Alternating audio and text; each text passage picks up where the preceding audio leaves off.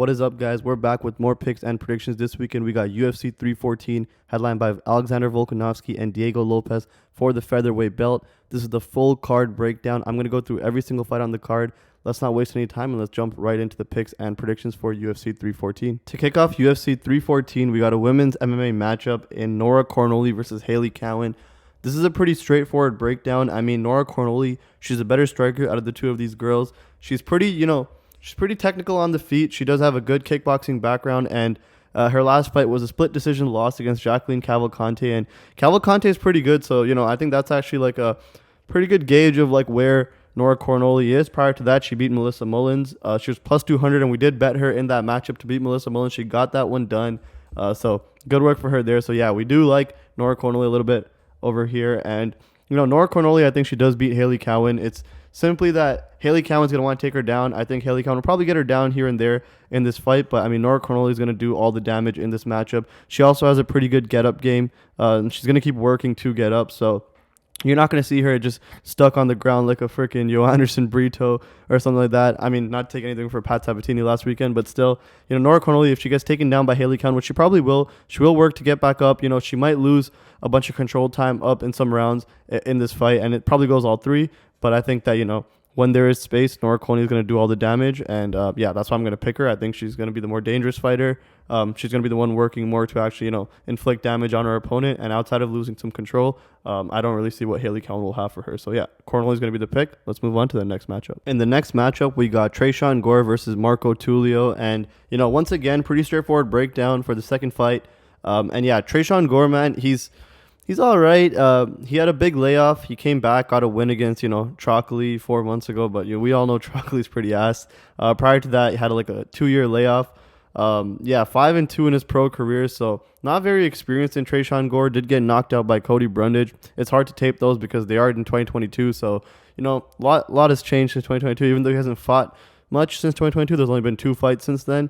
At the same time, it has just been a while. So it's kind of hard to gauge where Tresean Gore is at. But at the same time, Tresean Gore, with what we've seen so far, there's only one advantage he really has in this matchup against Marco Tulio, and that's in the wrestling. If Tresean Gore comes out here and just sits on Marco Tulio somehow for 3 rounds, or at least 2 out of the 3 rounds, then, he can win this fight. But outside of that one facet of MMA, Marco Tulio has kind of everything else going for him here. I'm going to have to go with Marco Tulio to win this fight, probably by knockout. We've seen Tresean Gore knocked out by Cody Brundage. I think Marco Tulio comes out here and kind of puts him away in the first round. Like I said, unless Tresean Gore comes out here and just fully robs Marco Tulio, there's really no other way I see him winning. On the feet, he's going to get pieced the fuck up by Marco Tulio. In the grappling, Tresean Gore, you see him pull off some pretty good gillies. The gilly against Trockley was pretty good, and then obviously the gilly before that 2 years ago against Josh Frem, that was a pretty strong guillotine he pulled off there. So there's some decent gillies, but I think overall, Marco Tulio coming out of Shoot Box, Diego Lima, we know those guys are, Muay Thai, like really high level Muay Thai fighters, really high level Brazilian Jiu-Jitsu fighters in that gym. So I'm going to go with Marco Tulio, man. I think he's, better in the grappling, jiu-jitsu specifically. He's better on the feet for sure. He can definitely knock out Tresean Gore. And outside of him just getting fully wrestle dominated, I don't see, a way where Tresean Gore beats him. So Marco Tulio is going to be the pick. Let's move on to the next matchup. Next fight on the card, we got Sumudaerji versus Mitch Raposo. And, Sumudaerji is the McLovin of the UFC. He's got one name. And I think that's all he's going to need to be Mitch Raposo this weekend. I think this fight actually does potentially look pretty close, though. He is minus 166 on the books right now, and maybe not the best value for what I think could potentially look like a pick'em. I'm not gonna lie. I feel like with Mitch Raposo, the one thing I can see him doing in this matchup is just kind of eating Sumudaerji's shots. Throwing a little bit heavier than Sumudaerji, probably less volume though, less clean as well, less technique, just kind of winging shots towards Sumudaerji and using a lot of forward pressure to kind of make these rounds look extremely close. So that's something I can potentially see happening in this matchup. Also with Sumudaerji, he hasn't won a fight in 4 years. So something to note, he's got, 3 losses back to back, and they are against great comp though with, Charles Johnson, Tim Elliott, and Matt Schnell. So that is something to note. But against Charles Johnson, he did put up a decent fight, and Mitch Raposo, man, he's got a couple of losses. You'll see a split decision to Andre Lima, which, I think that fight it was one of those fights where two judges had a 30-27 Lima and one judge gave the fight to Mitch Raposo. I mean, that's not really a split decision. Trust me, if you go watch that fight, Lima actually cooked Mitch Raposo. And then outside of that, he's lost to Jake Hadley. But, I mean, Jake Hadley has also been cut from the UFC. Maybe slightly prematurely for the Jake Hadley cut. But at the same time, man, Mitch Raposo, his losses, I think, are people that potentially Sumudaerji, Sumudaerji's not beating Andre Lima, but I mean, like the Jake Hadley loss, I think Sumudaerji could, have probably done better against Jake Hadley, beat him there. So I just feel like, Sumudaerji has proven a bit more, fought better comp. I think his volume will be nice, but I do think this fight is going to come down to a very close decision. And maybe the forward pressure for Mitch Raposo is going to, make some weird scorecards appear in this fight. But Sumudaerji is going to be the pick. I think, he's going to land a bit more. And yeah, let's move on to the next matchup. Next fight up, we got Michal Oleksiejczuk versus Sedriques Dumas. And I'm going to go with Michal to beat Sedriques Dumas in this fight. I think, he could potentially knock him out. I also think he could just win this one by decision. Michal throws a fuck ton of volume on the feet. He can definitely crack too. You're going to see he's on a 3-fight skid. But his last win, Chidi Njokuani aging pretty well. After that, he lost to Michel Pereira, who, is a demon. We kind of saw Michel Pereira get, just absolutely battered by Anthony Hernandez, and that kind of, ruined the aura of Michel Pereira. But prior to that, I mean, Michel Pereira was on demon time. So losing to Michel Pereira, not too serious. Lost to Kevin Holland, and you know how we feel about Kevin Holland. Kevin Holland is an absolute bum, but Kevin Holland, he did knock him down, hurt Kevin Holland in that fight, then got caught in that armbar. And then after that, he lost to Shara in, a striking match where he tried to mix in the wrestling. And Michal, if you know, is pretty garbage on the ground. So the fact they tried to mix that in against a striker like Shara, it does make sense, but it also does kind of show that at least he was trying something. He was trying to mix it up, trying to add to his game, which I don't actually hate to see that. So that's one thing for Michal Oleksiejczuk. And then Sedriques Dumas, man, he's coming off a win to Dennis Julian, and that was just a sad win. I mean, Dennis, he couldn't strike with Dennis. He had to take him down, and it just kind of got really boring in that fight. Prior to that, he got cracked by Ruzaboyev. Did get eye poked in that fight, but did get cracked. And I just feel like, Dumas, he's going to want to wrestle in this matchup, low-key. Like, I don't think that he's going to keep up with the volume of Michal on the feet. I think Michal's going to pull away on the cards if this just stays up. I also think Michal can crack, so I think, he can hurt Dumas here and there in the fight as well. So I just feel like Michal's definitely going to be able to pull away as this fight stays standing. And, Dumas is going to want to shoot on Michal. Maybe Michal gets taken down and gets, held up on the ground. I potentially can see that happening by Dumas. But Dumas, not really an insane wrestler, grappler type of fighter. It's just like in this matchup, I'm going to see him, wanting to wrestle. So I don't think that, Dumas comes out here and finishes Oleksiejczuk. I think his only path to victory here is really, really by decision. And that too with control time and, a lot of wrestling. So I'm going to go with Michal to win this fight, man. I think that Michal can have enough space, do enough work, and I think he pops that 3-fight skid. Comes out here hungry for a win against a fighter that he can get one against. He's finally not facing like an insane demon. I think Michal can get it done, and let's move on to the next matchup. Next matchup on the card, we got Darren the Damage Elkins versus Julian Erosa. And, dude, everybody loves Darren Elkins. I love Darren Elkins. I bet Darren Elkins in his last fight against Daniel Pineda at plus money too, and was able to get that win. Darren Elkins, man, I mean, put up an absolutely insane performance against Daniel Pineda. This guy ate so much damage in his career. I mean, his name is The Damage, and just that last fight, I mean, was pretty brutal as well. Got the unanimous decision against Daniel Pineda, though, but I think this weekend, man, I'm going to have to fade him. I'm going with Julian Erosa. I think Erosa could potentially style on him. The one issue with Darren Elkins, though, is that Darren Elkins is plus 300, and Darren Elkins is never going to look like a plus 300. I don't think he's built that way. He's never going to just get completely styled on by someone like Julian Erosa. So, Elkins going to get dirty. He's going to make this fight, he's going to make Julian Erosa really dog this fight out. He's going to force Julian Erosa to work for that win. He's not going to let it come easy. Erosa, though, I think, more dangerous with the grappling, definitely more fluid with the striking, better volume with the striking, can be hit, though. Darren Elkins, if he gets in closer range, Elkins with the dirty boxing can definitely put in work there. So at the end of the day, I mean, Darren Elkins, he's not going to make this fight look as wide as these odds are, but I think that when it comes to the probability of however many times Julian Erosa wins this fight, if you play it back and forth, at 40 years old for Darren Elkins, I think that, Erosa should be able to get this one done. So I think it looks close, but I think this type of fight will always look close, but I think Erosa will squeak it out, majority of the time. So I'm going to go with Julian Erosa to win this matchup.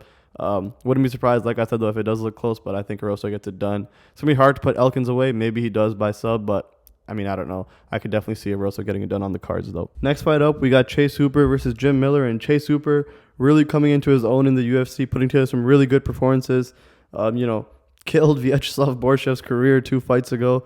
Then, came out there, Clay Guida, first round armbar. He's going to come out here against Jim Miller. And Jim Miller, 41, OG of the game. Everybody loves Jim Miller. But, I mean, I just think at this point, Jim Miller, super tail end of his career. Coming off a win to Damon Jackson, who was also on the tail end of his career, literally retired after that loss. And then prior to that, got destroyed by Bobby Green at UFC 300. Chase Hooper here, I think, he comes out here, he wrestles. I think he finds a submission. Takes it easy on Jim Miller damage-wise. I think he just gets his back, gets a rear naked choke synced in, gets a tap. And, yeah, I think Chase Hooper really on the rise right now, definitely coming into his own, stringing together some good performances. And the sports books kind of depict the same logic with these odds. He is a minus 700 favorite.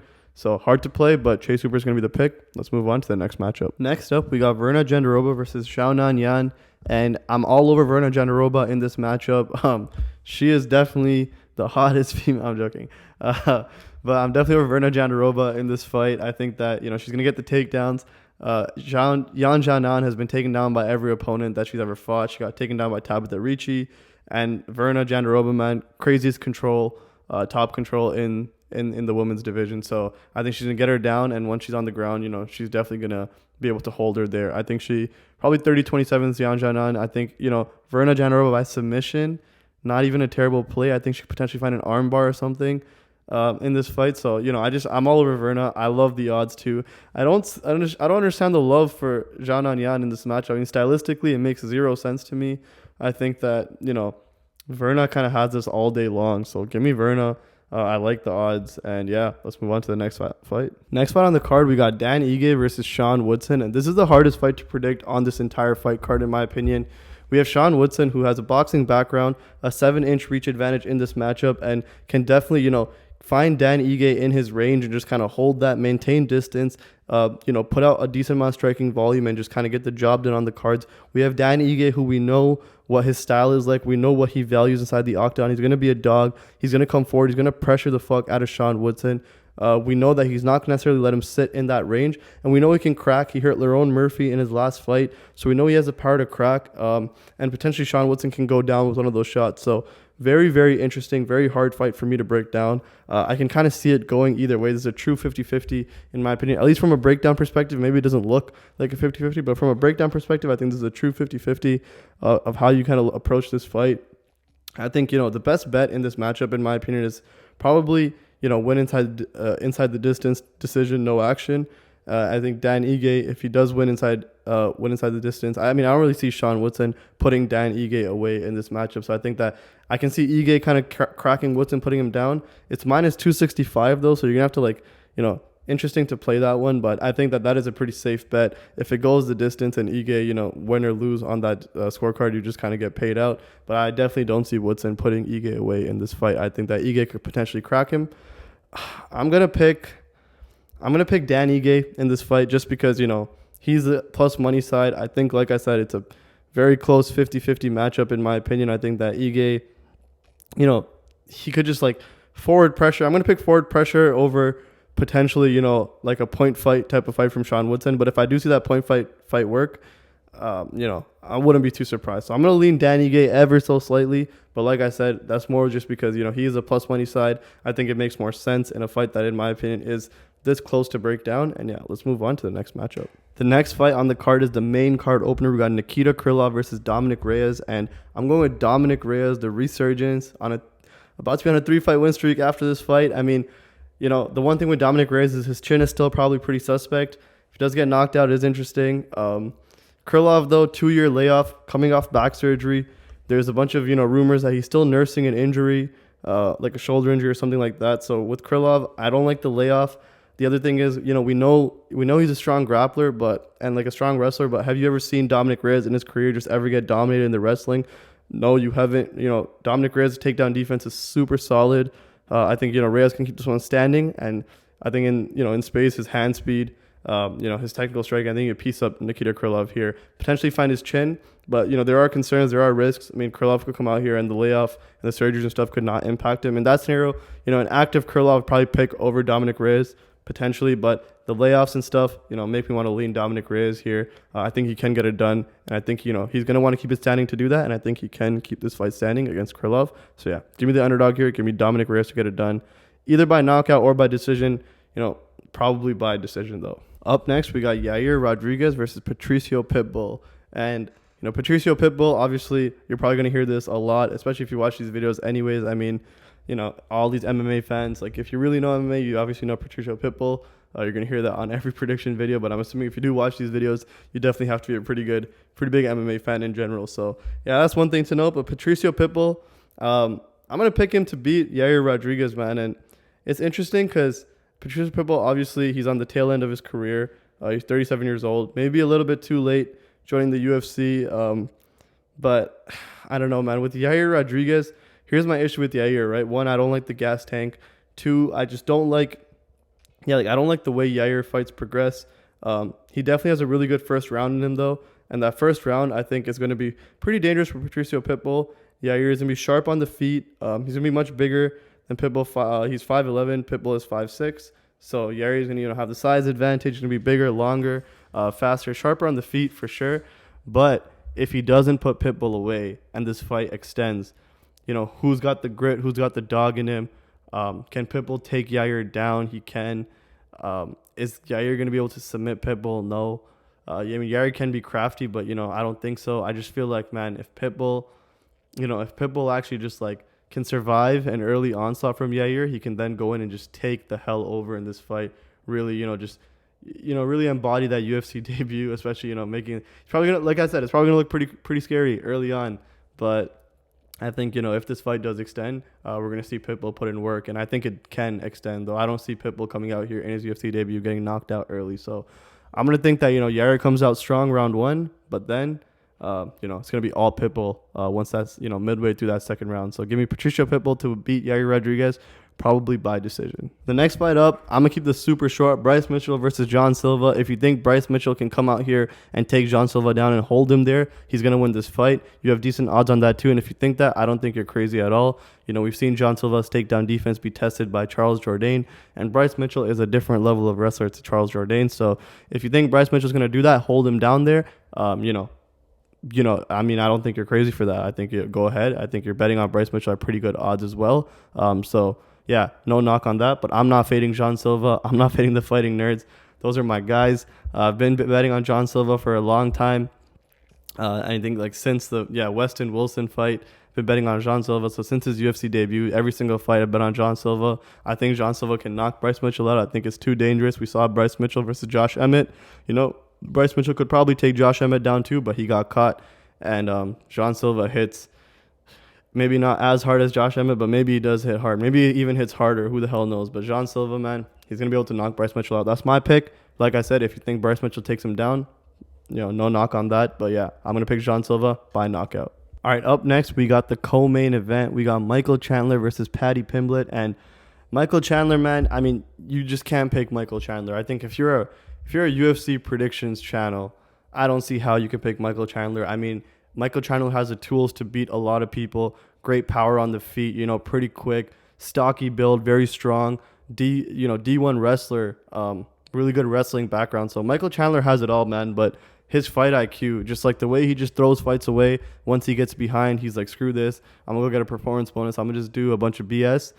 I mean, that's just who Michael Chandler is. And I think Paddy the Baddy, his approach is going to be a little bit different. Paddy Pimblett on a nice streak, undefeated since he joined the UFC. What is it? 1, 2, 3, 4, 5, 6, 6-0 in the UFC. So Paddy Pimblett on that 6-fight win streak within the organization. He's coming for a top contender spot. Michael Chandler is his way in to doing that, and I just think that Paddy Pimblett's going to come here to win. Michael Chandler's going to come here to perform.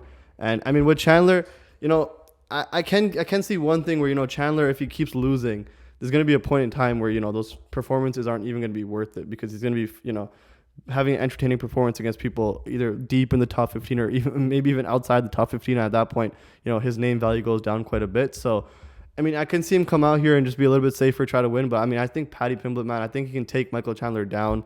And even if he doesn't take him down, I think standing up, he can take Michael Chandler's back. I think he can sink that rear naked choke in. So, give me Paddy Pimblett to get this one done by submission. I think on the feet, they both can, potentially crack. But obviously, we know Michael Chandler can crack on the feet. It's those long looping shots, though. But yeah, I just think that with the fight IQ, man, there's no way I can pick Michael Chandler. I think Pimblett has, better trajectory, better momentum. I'm going to go with Paddy Pimblett to get this one done, probably by submission.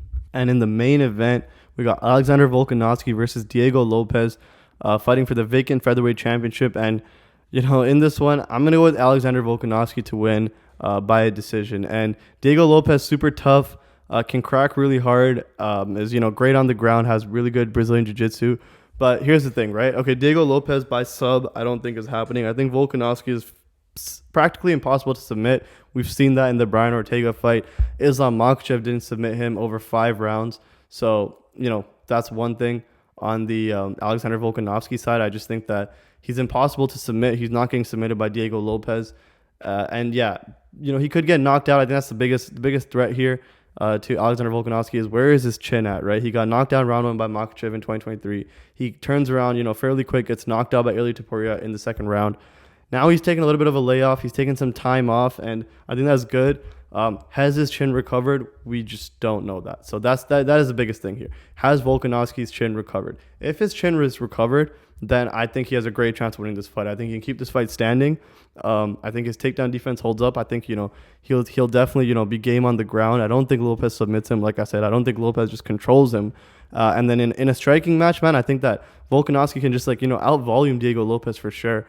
And the other thing is 5 rounds. He's got the experience. We've seen Lopes fade a bit at the end of fights. I think that especially rounds 3, 4, 5, Volkanovski can take the hell over. Literally, I think the biggest threat is is his chin recovered? Because Lopes can definitely crack with a fuck ton of power. And, there's actually a really good chance that just really happens. So I think Volkanovski come out here and get knocked the fuck out pretty early. I look pretty stupid. If that happens, I'm not super surprised. Like I said, it's really scary to bet on this. I haven't bet on it yet, and I probably won't bet on it. But, I mean, at the end of the day, if that doesn't happen, man, Volkanovski's going to really turn the clock back on these guys and show them what's up. So I think Volkanovski, if that chin has recovered, has a really good chance of beating Diego Lopes. If it hasn't, though, and, Diego Lopes can definitely crack, probably knock him out if his chin hasn't recovered. But if it does, I see him extending this fight, and I think later on he just takes the hell over in this matchup. So Volkanovski's going to be my pick. I think the layoff was good. I think the time off has given him some time to recover. And yeah, he's going to be my pick. And that wraps up all the picks and predictions for UFC 314. All right, guys, that wraps up every single prediction for UFC 314. Really excited to watch this card. Excited to see who the new featherweight champion is, since we don't have a champion in that division at all. And yeah, I appreciate you guys tuning in. Hit the like button if you did enjoy these picks and predictions. We post these every single week prior to every card. Check us out on Instagram. We have some pretty good short form content that we do, pretty entertaining short form content. So check that out if you want to. And like I said, hit the like button, share this video with your friends. If you do want to check out our premium bets for every single card, then check that out on kopicks.win. Not sure if you guys watch, but there's some channels here that do third-party tracking. I'll shout my guy out, UFC Predictions Tracker. He has us on his channel featured. We were in his last recap fourth out of over 100 channels in picking underdogs. So, I'm trying my best out here, doing as much work as possible to make sure you guys get the best predictions. So yeah, check out kopicks.win. For $20 a month, you can access our premium bets. It really helps support the channel if that's something you do want to check out. And even if you just want to be a part of the community, join up on our Discord. That's completely free. You can find those links in any of our bios across YouTube, Instagram, or any of our socials. So yeah, join the Discord. That's completely free. Check out kopicks.win if you do want to check out our premium bets. And yeah, I will see you guys next week. Good luck to everyone at UFC 314.